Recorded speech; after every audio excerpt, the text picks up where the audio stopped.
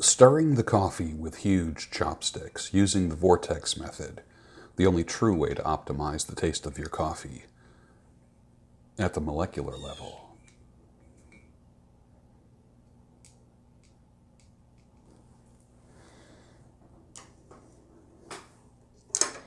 These, by the way, are chopsticks used for wok cooking. W-O-K, wok.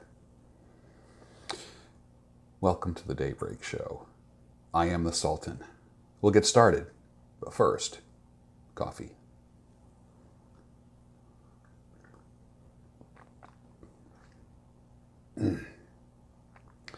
Roast your own, man. If you can't get premium, freshly roasted beans, roast your own. One of these days, maybe I'll get a real roaster, where you plug it in and it's got the barrel in there that turns and all that. Maybe one of these days I'll get one. Until then, I kind of like my stovetop one. But I wonder if it would be any different if I got the George Jetson model of coffee roasters. I don't know. We'll see. I have to talk to people and see what the reviews are, because that would be probably one of the only appliances that I use on a regular basis. Think about the appliances that you have that are underneath in cupboards. I mean, what do I have out? As I look around the kitchen, there's a toaster that's out. That gets used. There's a blender that gets used. There's a George Foreman grill that gets used. And there's a coffee pot, a percolator out there that I don't use, but it's out there. Everything else, all the other gadgets are usually underneath. There's not a lot of things that I use on a regular basis. There's a slow cooker in the corner of the cabinet. I really like using the slow cooker. Many times just loading that sucker up and then set it and forget it. And then come back later on and there's a whole meal there. It's kind of nice. Man, this is so good.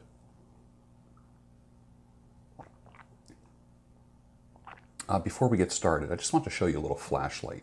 I don't know why. This is a Phoenix. And by Phoenix, it's F-E-N-I-X. It is no bigger than a chapstick, or maybe just a little bit, not even a half-inch bigger than a chapstick. I will put a link for this down below. I'll put a link for the chapstick down below, just because I can. But this is part of my EDC. It is out of this world, ladies and gentlemen. You need one of these. This is not dollar store crap. This is not Harbor Freight. Spend $5 and get a free flashlight. This thing has three. I'm not going to shine it at you. I don't want to blind you. But it has 3 brightness levels, and it uses a AAA battery. It is nothing less than amazing. But this goes in my pocket every day. The other thing you can do is you can actually take the clip off. It's got a clip on it, like a pen would have a clip, and put it on the visor of a baseball cap, and it makes the best headlamp. It is unbelievable. It will light up your backyard. The Phoenix. I'll put a link. What is the LD02? You've never had a light. I wouldn't quite call it tactical, but it is pretty darn bright. It's the brightest light that I have right now. If you're like me, I just gave you some of my, these are my weaknesses. Flashlights, the more compact, the better. Chapstick, this one's Burt's Bees, I like it. My Spyderco knife, which just has been with me for 30 years. Knives. What else? Dental floss. I'm a dental floss freak. Every single type of flosser, those plastic things with the floss on them. I have every possible type of one you can imagine. Pens. And of course, with my new, I have to be careful with the fountain pen thing because, man, you can go down some serious rabbit holes, money-wise, with fountain pens. And I don't want to be a collector. I'm fascinated by people who collect, but I don't want to be a collector. I'm at a point in my life where I don't want people picking through my shit when I'm dead. I just want them to say nice things about me if they can. And I'm sure they will. But I have buried too many people and gone through their shit after they died to realize that half of everything that you have will be thrown out. The other half will be picked through by strangers. And the ones that love you will just pick a few choice items. The rest will be in dumpsters and thrift stores and Goodwill. Don't doubt me on that. Let's get moving. There's a person for every price and a price for every person. What are you selling in your business? How can you charge more? Think your customers won't pay? Think again. Some will, if only just to brag about it.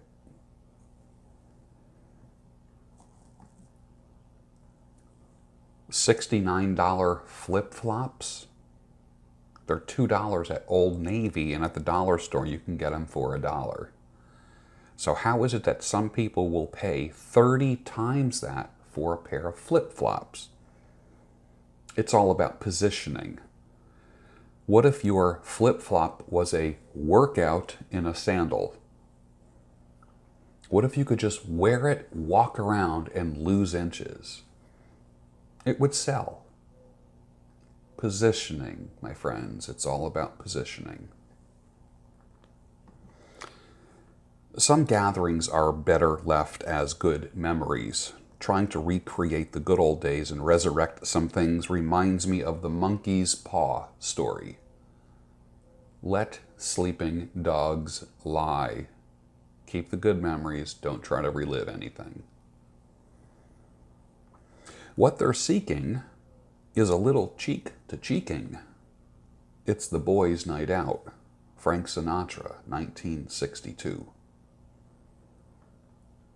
I've been up to see Congress, and they do not seem to be able to do anything except eat peanuts and chew tobacco while my army is starving. Robert E. Lee.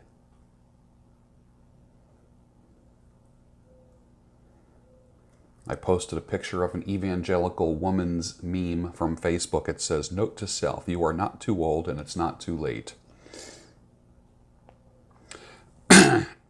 Honey, you are too old and it is too late. You blew it. Jesus epiphanies don't work. You don't wave the magic Jesus wand and all of a sudden Mr. Knight in Shining Armor comes and rescues you. Sure, you'll go on a diet for the next couple months, and by spring you'll look a little bit better than you are now, and you'll catch some guy at the right moment. Give it up, baby. Give it up. Dudes, same thing. Is it too late for you? For many it is, and for most men it's your attitude, not how you look. You can always lose weight, but you can be a skinny asshole too. Be a man of character. Work on that. And work out. You'll be fine.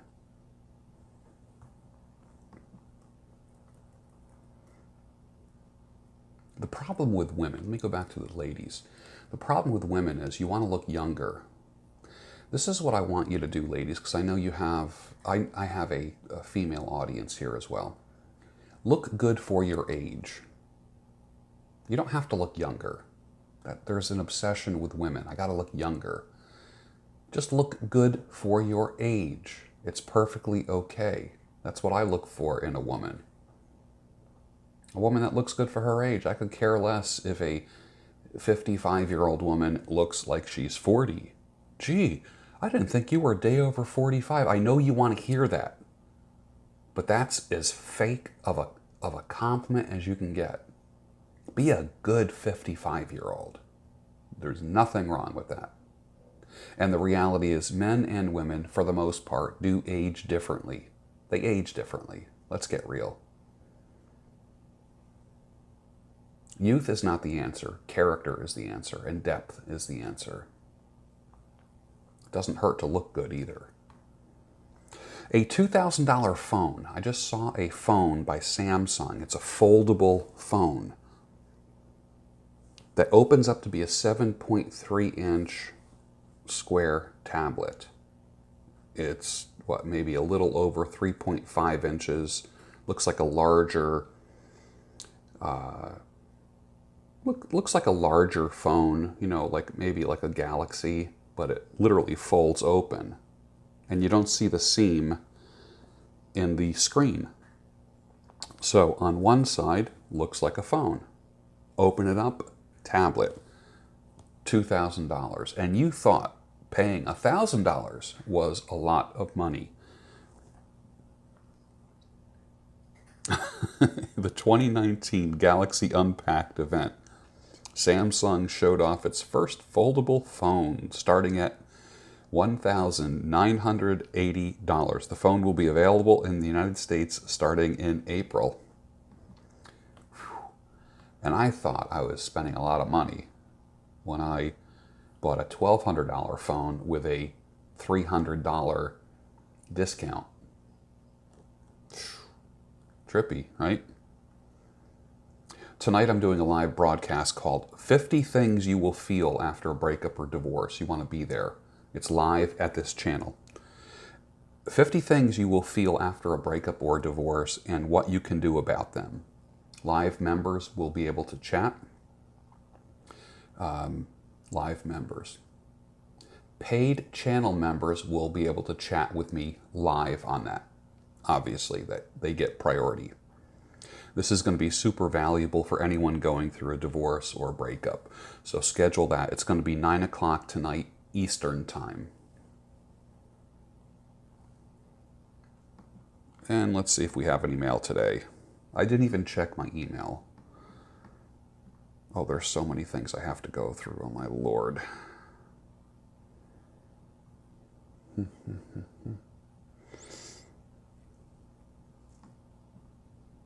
Don't forget to get the flashlight. I'll put a link for it down below. You're just going to absolutely love it. The other thing, someone asked, what about when does this keep the coffee hot? No, it's glass. Glass does not keep coffee hot. Glass is a conductor of heat. So what I do is I fill my cup up and then I pour the rest in this travel mug and it stays hot for several hours. So after my first cup, I still have hot coffee here.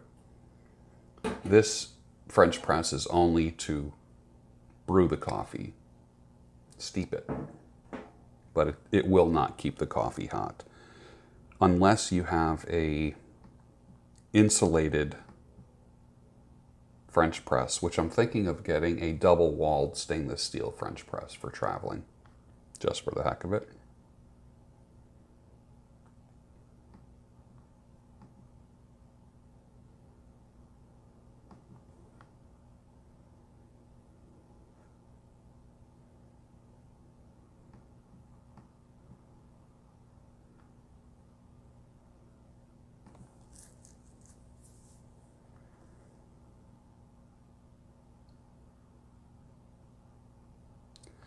Hi George, I'd like to commend you on your excellent YouTube pipe videos. Keep up the good work. I've been smoking cigars for about 2 months now, and I'm looking into trying pipe tobacco. The last time I tried pipe tobacco must have been 30 years ago, and I can't remember what brand it is, although I do remember it was cherry tobacco. Most people do start out with aromatic, and then you graduate from that. That is, it's like anything, you know, many times people start out, when you drink alcohol, they're like mixed drinks, and then you work your way to the actual substance itself and stop diluting it, and you end up appreciating whiskey on its own or with a few drops of water in it. But pipe tobacco is the same. Initially, we want something a little bit more aromatic.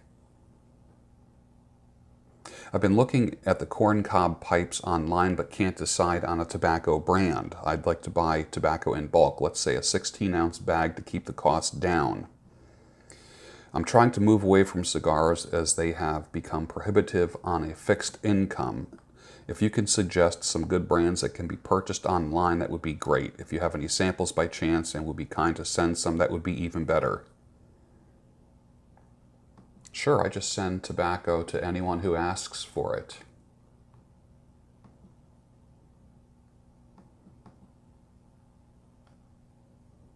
That's not true.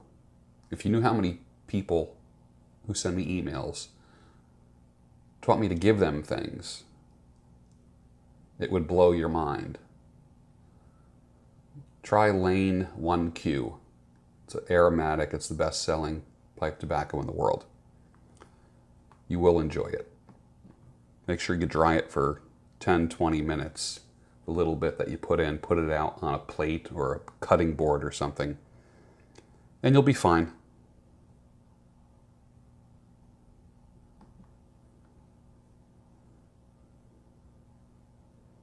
Never ever complain to me about fixed income. I don't want to hear fixed income.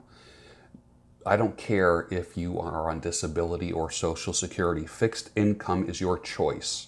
I don't give a shit how old you are. Fixed income is a choice. Never ever use the phrase fixed income with me ever again. Ever. I'm on a fixed income. I don't care if you're in a wheelchair and you have the use of one finger. I don't care. 0 fucks are given about your fixed income. That's your choice. Don't ever, ever mention that to me again. Other than that, enjoy your pipe. And I hope you get insulted to the point where you actually do something about it. Does a fixed income mean you can't go to the Goodwill store, recognize things of value, buy them for $5 and sell them for $20? You just made $15 because you spotted something of value on a shelf.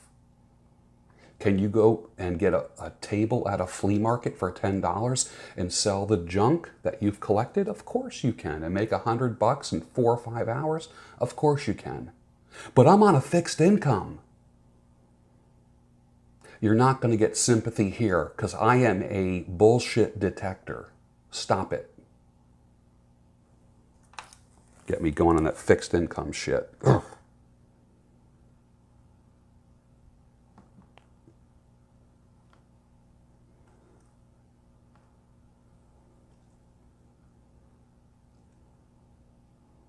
I found you on YouTube, Sultan, when I decided to grow a giant beard. That was 3 years ago. I've since cut it back to a manageable level. Big beards and motorcycles is a bitch. I agree, sir. I'm assuming you're a sir. I cannot begin to describe the motivation I get from you when I watch your videos. You're like an older brother I never had. I'm the oldest of 3 men, a young guy. I'll be 38 this year. 38. Oh, to be 38 again. I never knew I could get valuable real-world advice from some guy that I never met. I just wanted to know how to get a big beard. Was I mistaken or what? I had no idea. You would have more to offer. I just want to share with you what I just did. I met an older woman at work, over 15 years older than me. Here we go. She's single and has been divorced for years. She's sexy and funny and very attractive. I got this crazy idea to write her a handwritten letter. Okay, I remember I did reply to you. I said, write the letter. Just make sure it's not poetry. The letter is very lighthearted and funny. Okay, I haven't mailed it yet. You're already thinking too much into it. You're already thinking, what will she like? So what you're doing is you're writing what you think she would like. Write what you want to write and have fun doing it. If you don't have fun writing it, people aren't going to have fun reading it. That's my #1 rule for writing. I'll do it tomorrow because what 38-year-old has stamps and envelopes sitting around in his house? I know a lot that do. I did.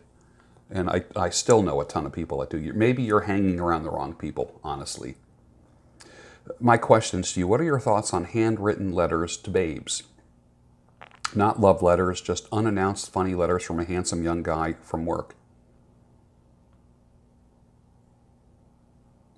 Why not?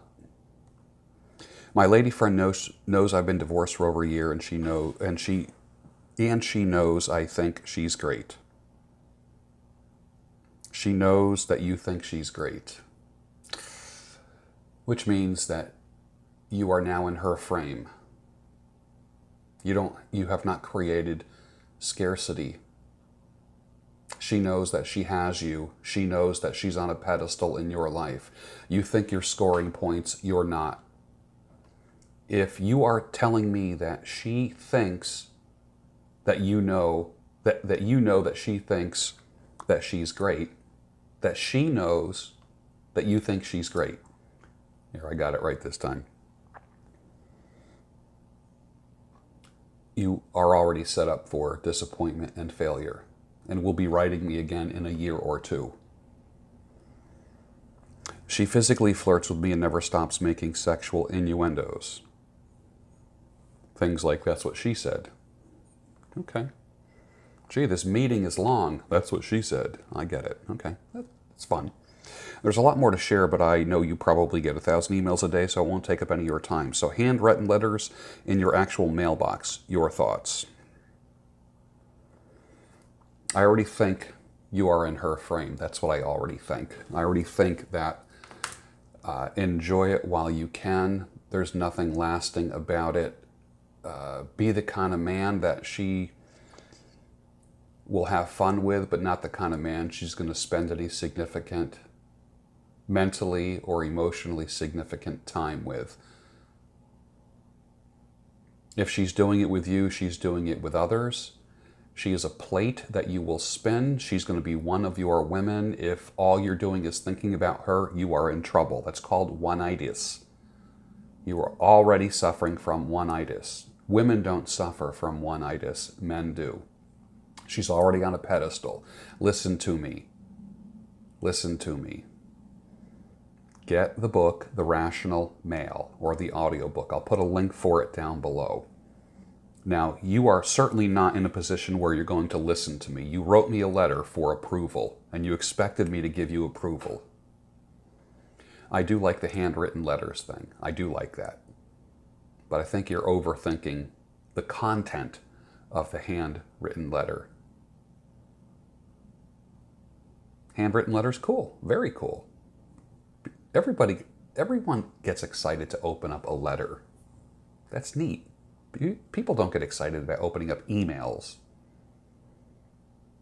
Let's keep that real. I know this is not the advice you want to hear. You wanted my approval on the letter. You have my approval. What you don't have my approval on is your opinion about what's happening, the social dynamic between you and this woman, which is going to lead to pain. She doesn't go to bed at night thinking about you. And there are minimum 10 men vying for her attention. You might get her attention more. You are being constantly evaluated. You go up and down her rating scale. You wrote her the letter that might bring you up to an 8 or 9 in her mind.